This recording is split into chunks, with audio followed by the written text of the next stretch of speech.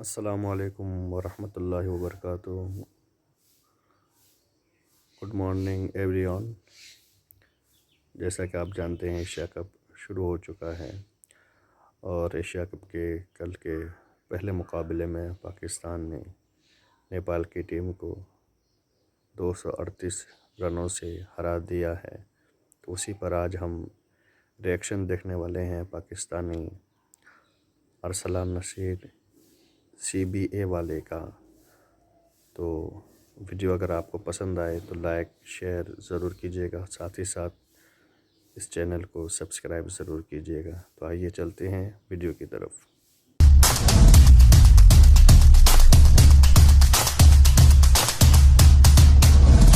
50-100 अब 150 के ऊपर बात आ गई है। हमारे बाबर आजम की 150 रन मारना शुरू हो गया। क्या बेहतरीन एशिया कप का स्टार्ट, इससे बेहतर नहीं हो सकता था जो कि पाकिस्तान ने लिया है, जो कि नेपाल के खिलाफ लिया, लेकिन फिर भी यही डोमिनेंस चाहिए थी। इसकी वजह से कुछ टीम्स पर अच्छा खासा प्रेशर आया होगा। मेरा ख्याल में 2 सितंबर का जो मैच है उसके लिए एक मैसेज चला गया है। मैं कोई बड़ी बात नहीं करता हूं, ना ही मुझे कुछ और किस्म के क्लेम्स करने के, लेकिन इस वक्त जो ये पिछले कुछ 1-2 हफ्ते से जिस किस्म की परफॉर्मेंसेज हो रही है, मेरा ख्याल में इंडिया के ऊपर काफी ज्यादा प्रेशर आया होगा। स्पेशली जो रैंकिंग के अंदर नंबर 1 के ऊपर आ गए पाकिस्तान के अंदर। जो भी बंदा कहे कि ये नहीं किया, वो नहीं किया, कुछ ये अचीव नहीं किया, वो अचीव नहीं किया, जो भी वो बात तो कहीं ना कहीं रैंकिंग के ऊपर आई जाती है। अगर रैंकिंग के अंदर नंबर 1 के ऊपर आए हुए हैं तो आपको खेलते हुए ये तो होता है कि चलिए ये जिस फॉर्मेट के अंदर नंबर 1 टीम है, जिसके अंदर मैच कर रहे हैं, तो प्रेशर तो आता है।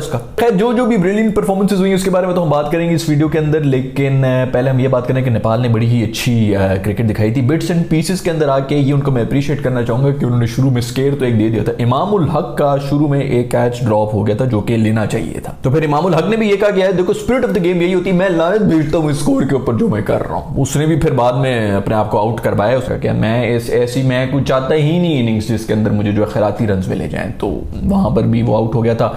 ओपनर्स हमारे चले गए थे, कहीं ना कहीं एक स्टेज आ गई थी 100 के ऊपर, हमें कोई 4 आउट थे। बाबर का भी एक कैच ड्रॉप हो गया था उस वक्त, तो माहौल कुछ और ही हो रहा था। 150 के ऊपर 5 एक आउट हुए थे हमारे। खैर ये जो हरकत की है ना इमाम ने, ये होती स्पिरिट ऑफ द गेम। यहाँ पर जो है मानकंड और वो सब चीजें होनी। इमाम ने कहा भाई मैं जो अपनी विकेट दे दूंगा। दूसरी तरफ जो है वो फखर का भी कोई इसी तरह सीन हुआ था। फखर जो है वो अच्छी टच के अंदर लग रहा था। आई नो कि इस वक्त लोग जो बड़ी बातें करना शुरू कर देंगे कि भाई इसको ड्रॉप करो, ये करो, वो करो। हाँ ठीक है, सबसे जो मेरे ख्याल में हल्की फॉर्म जा रही है पिछले कुछ अरसे से वो फखर की जा रही है, लेकिन मेरा ख्याल में फखर को बिल्कुल भी राइट ऑफ नहीं कर सकते। बहुत ही जबरदस्त ODI का बिल्कुल परफेक्ट बैटर है और मुझे लग रहा है कि इसकी फॉर्म कहीं ना कहीं वापस आएगी अगले कुछ मैचेस में ही। ये जो है ना ये सबको चुप करा देगा फिर। और आज भी कुछ थोड़ा टच में लग रहा था लेकिन बेचारा आउट हो गया। खैर वैसे अगर देखा जाए तो पूरी जो इनिंग्स थी उसके अंदर कोई डिफरेंस रहा है ना तो वो बाबर आजम ही रहा है। मतलब बाबर आजम और रिजवान की जो पार्टनरशिप हुई थी उसकी वजह से भी स्टेबिलिटी आ गई थी। अदरवाइज हम लोग फिर स्ट्रगल कर रहे थे। टॉप ऑर्डर जो है वो एक दफा फिर ये बड़ा अच्छा उनके लिए वेकअप कॉल भी आ गया हमारे टॉप ऑर्डर के लिए, लेकिन बाबर आजम ही डिफरेंस रहा है। उसके बाद जो रिजवान भी था उसके बाद 40 के ऊपर आकर जिस किस्म का वो रन आउट हुआ यार, मतलब पापा की परी बने हुए, हवा के अंदर बैट भी, हवा के अंदर टांगे भी हैं यार, किधर उड़ते हुए जा रहे हो तुम। मतलब बिल्कुल स्कूल बॉयज वाली एरर है जो कि उन्होंने की है क्रिकेट के अंदर आके। इस लेवल के ऊपर आके अच्छा खेल रहा था लेकिन वो आउट हो गया, वही बड़ा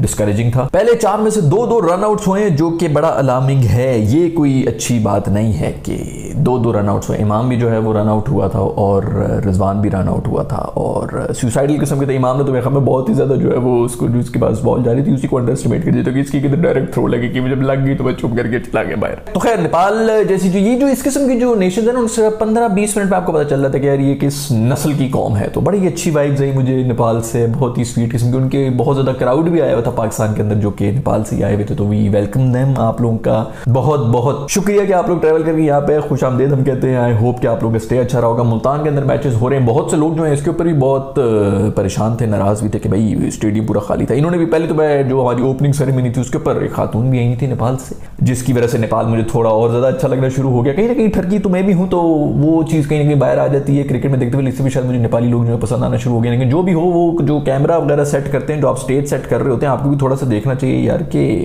कहां से आप शूट कर रहे हैं। मतलब जिधर से आप शूट कर रहे हैं पीछे सारी एम्प्टी कुर्सियां नजर आ रही हैं यार, कोई और एंगल बना दो या पीछे कम से कम कोई वो बोर्ड शोर्ड ही लगा दो जिधर से आप शूट कर रहे हो। इतना बुरा लग रहा था। लेकिन मैं ये भी बता दूं कि मुल्तान का शहर जो है पाकिस्तान के अंदर मेरे ख्याल में गर्म तरीन शहरों में होता है, ऊपर से गर्मी का मौसम भी है और दोपहर के वक्त 2 बजे वक्त कौन पागल आएगा, जो भी आएगा ना उसके अपने अंडे जो है उबल जाएंगे, इतनी गर्मी चल रही होती है। तो ये कोई आसान काम तो नहीं होता। अभी भी आप देखें तो धूप के अंदर जो सीटी थी उसके ऊपर कोई नहीं बैठा हुआ था, लोग सिर्फ छांव के अंदर ही बैठे हुए थे। शाम तक फुल हो गया था, लेकिन शाम तक मैच भी खत्म हो गया था, बाबर ने भी जो करना था पहले कर लिया था, तो पूरा वन साइडेड ही हो रहा था मैच। लेकिन जो मुझे एक प्रॉब्लम है वो ये है कि कोई खास हाइप हमने बनाई भी नहीं थी भाई।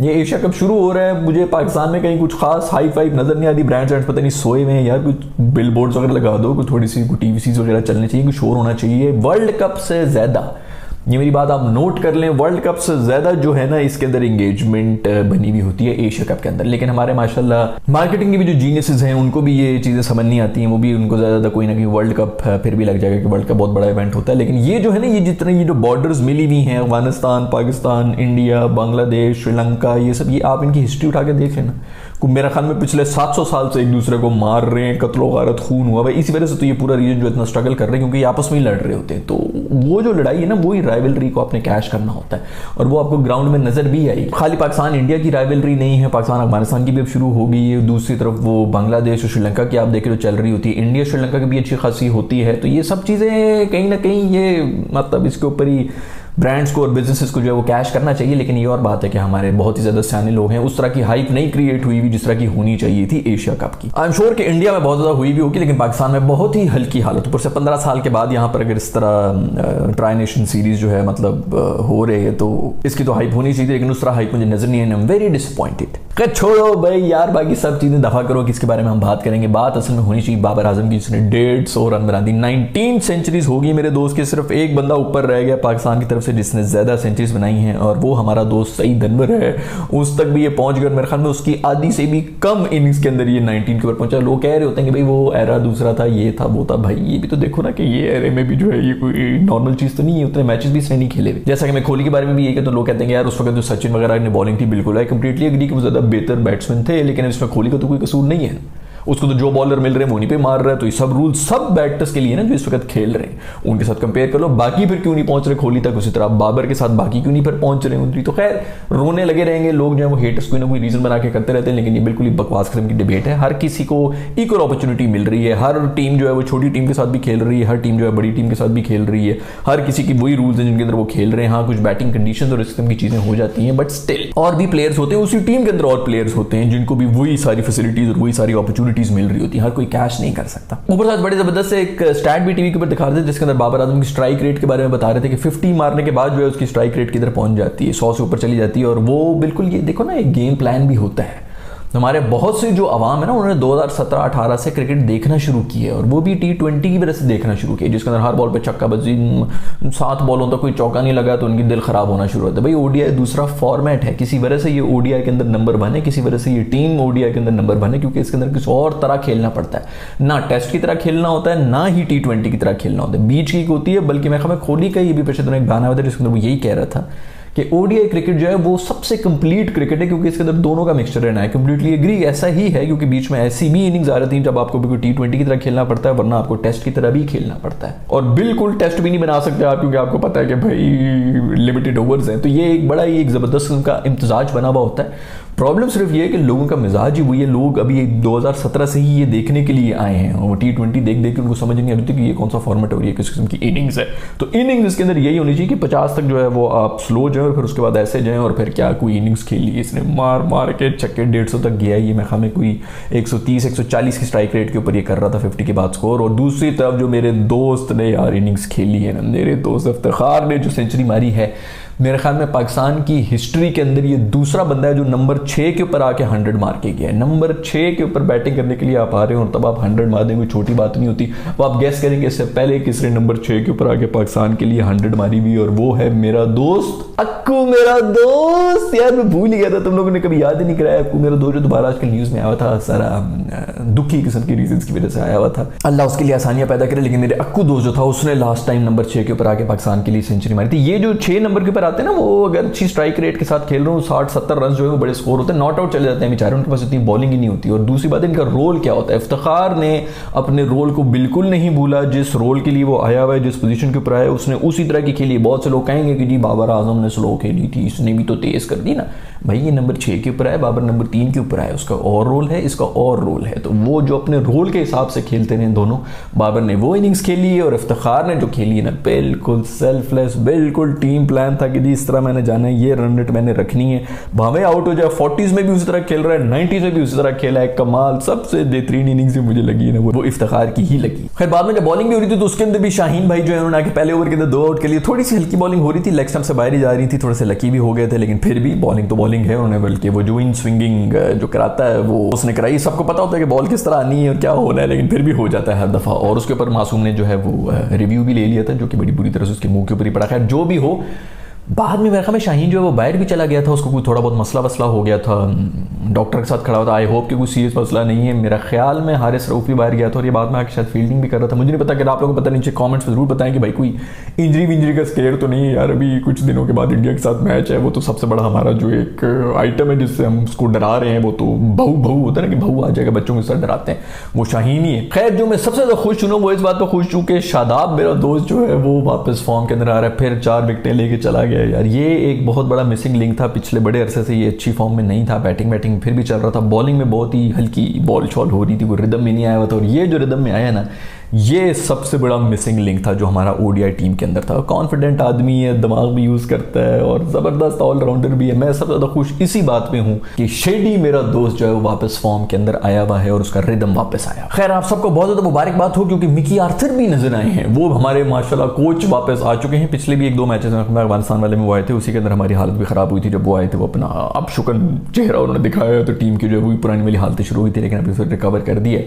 तो बहुत मुबारक हो, हमारे कोच जो है वो टीम के साथ आ गए, वरना पिछले 1-1.5 साल तो बस जूम पे ही मीटिंग हो रही थी। उधर अश्विन जो है सही बड़ी ट्वीट की बाबर के बारे में, जब नेपाल ने पहले 2 आउट कर लिए थे हमारे, तो उस वक्त उसने ये कहा था कि बाबर आजम की विकेट जो कि लेके जानी पड़ेगी, और बिल्कुल सही बात की थी उसने। और उसके बाद फिर जब बाबर ने 100 भी मारी है तो उसने ट्वीट की। बंदा तो फिर पढ़ा लिखा है ना, पढ़ा लिखा आदमी जो है वो कहीं ना कहीं पता ही चल रहा था कि पढ़ी लिखी बात ही करता है, और शीप मेंटालिटी नहीं होती कि बस थ्रू आउट जो है गालियां देते रहो, बस वो बुरा है तो वो हर चीज़ में बुरा है, बस वो अच्छा है तो वो हर चीज़ में अच्छा है, ये सच्चा है वो झूठा है। पढ़ा लिखा आदमी, पता चल रहा था कि एक्सपोजर भी हुआ है। बहुत से इंडियन और पाकिस्तानी क्रिकेटर्स हैं जो माशाल्लाह कभी स्कूल तो नहीं गए, वो कहते तो यही है कि हमें जरूरत नहीं है। और बहुत से आजकल आपके जो है ना वो मोटिवेशन स्पीकर भी आए होते हैं जो कह रहे होते हैं कि स्कूल जाने की कोई जरूरत नहीं है, फलाने करने की कोई जरूरत नहीं। तो बिल्कुल बकवास बातें हैं, कुछ सुनने की जरूरत नहीं है। आप कहीं ना कहीं जो ना पता चल रहा था कि आप पढ़े लिखे आदमी से बात कर रहे हैं या आप किसी जाहिल से बात कर रहे हैं। स्पेशली जो नौकरियों के खिलाफ होते हैं ना, मैं भी कोई नौकरी शौकरी के हक में नहीं हूँ, लेकिन फिर भी कम से कम 3 साल नौकरी जरूर करनी चाहिए ताकि आपको पता चल जाए कि इंसान ने बात किस तरह करनी है, क्लाइंट से किस तरह बात करनी है, ऑर्डर्स लेना किस तरह होते हैं, किस तरह आपने जो ना अपनी ईगो को दबा के जो है काम करना पड़ता है। तो बड़ा जरूरी है ये सब चीजें। जो लोग भी आपको ये